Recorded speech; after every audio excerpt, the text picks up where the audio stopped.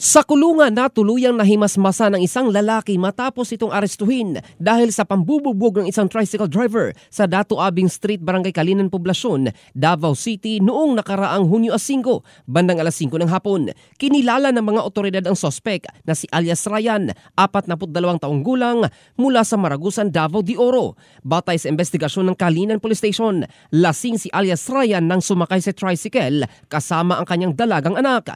Minamaneho ang tricycle ng biktima na si alias Hasim, 44 anyos, residente naman ng Abayon Subdivision, Kalinan. Nag-ugat ang insidente sa diskusyon hinggil sa pamasahe at usaping relihiyon na kalaunay nauwi sa mainitang pagtatalo. Sa kalagitnaan ng biyahe, bigla na lamang umanong sinugod ng suntok ni Ryan ang driver dahilan upang magdugo at magkapasa ang mukha ni Hasim. Mabilis na naawat ng mga residente sa lugar ang gulo. Hindi naman nadamay ang anak ng sospek sa insidente. Naaresto agad si Ryan at dinala sa Kalinan Police Station 10 kung saan siya kasalukuyang nakakulong habang inihahanda ang kaukulang kasong kriminal laban sa kanya. Humihingi naman ng tawad ang sospek sa biktima.